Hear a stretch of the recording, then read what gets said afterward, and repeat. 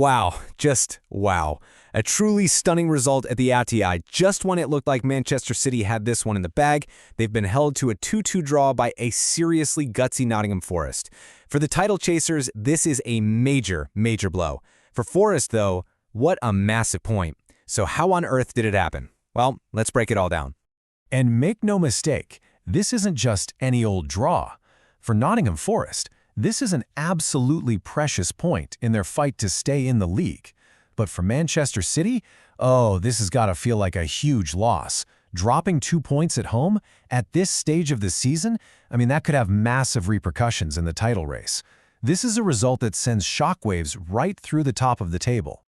All right, so here's the game plan for this breakdown. First, we'll talk about that final score and just why it was such a shock. Then, we're going to get into the story of the game itself, and believe me, it was a real tale of two halves. From there, we'll dig into the key stats that help explain the result, before we finish up with the individual players who are the heroes and, well, maybe the villains.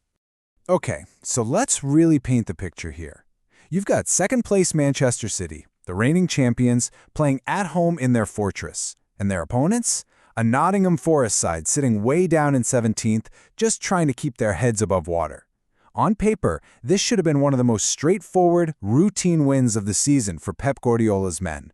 And if you don't believe me, just look at the pre-match betting odds. The bookies had City at 1.38 to win. They were overwhelming favorites.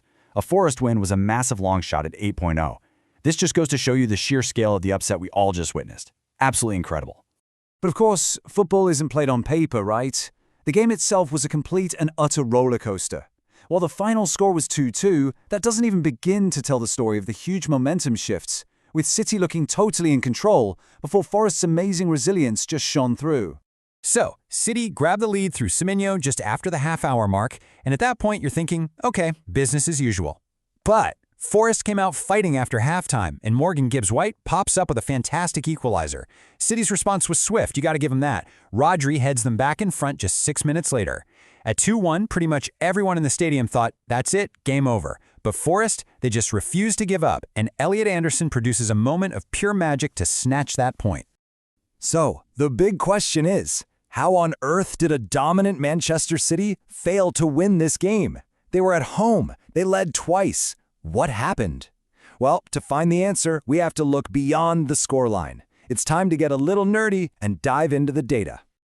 First up, the classic Man City stat, possession. A staggering 70% of the match. They absolutely controlled the tempo, forcing Forest to basically chase shadows for long periods. Classic City. But as we all know, possession is only part of the story. And it wasn't just empty possession either. That dominance translated into chances too. City had 21 total shots, more than double Forest's 9. So they were creating opportunities, they were constantly probing that Forest defense. So with all that ball and all those shots, why couldn't they get the win? What gives?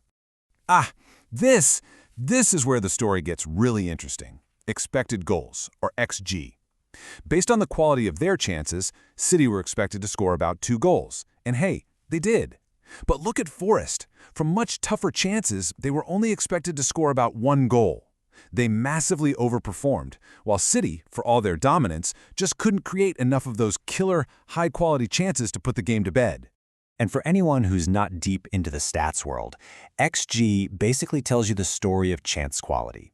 It's not just about how many shots you take, but how good those shots are. It looks at things like shot angle and distance to figure out the probability of a goal.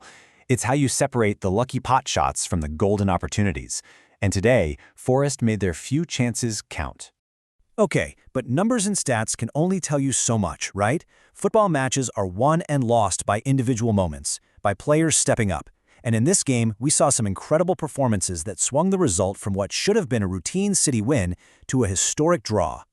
And boy, did we get a moment of brilliance. This was it, the moment that sealed the result. With just under 15 minutes to go, Elliot Anderson picks up the ball and, as the commentary perfectly put it, just unleashes a terrific shot. A truly fabulous goal that earned his team a vital point. And just look at his numbers from the game. An 8.5 player rating, highest on the pitch for a reason. It wasn't just that crucial goal. He was a constant threat, taking 3 shots and even creating a key chance for his teammates. I mean, that is a true man-of-the-match display, no question about it. And now for the other side of the coin. The contrast with City star striker is, well, it's pretty stark. While Anderson was the absolute hero for Forest, Erling Haaland had one of his quietest games ever in a City shirt. That player rating of just 5.8 tells you everything you need to know. I mean, let's just put these numbers into perspective. Only 13 touches of the ball in the entire game. 2 shots generating a tiny XG of just 0.10. You have to give huge credit to the Forest defense. They did a brilliant job of isolating him, of cutting off his supply, and they completely nullified one of the best strikers on the planet. So that leaves us with the ultimate post-match debate, doesn't it? Was this a point gained for Forest, or was it 2 massive points dropped for City? For Forest, it's an incredible, hard-fought result against all odds. But for Manchester City, in the thick of a title race, this feels like an absolute disaster. It's a result that proves, once again, that in the Premier League, you can never, ever take anything for granted. Let me know what you think.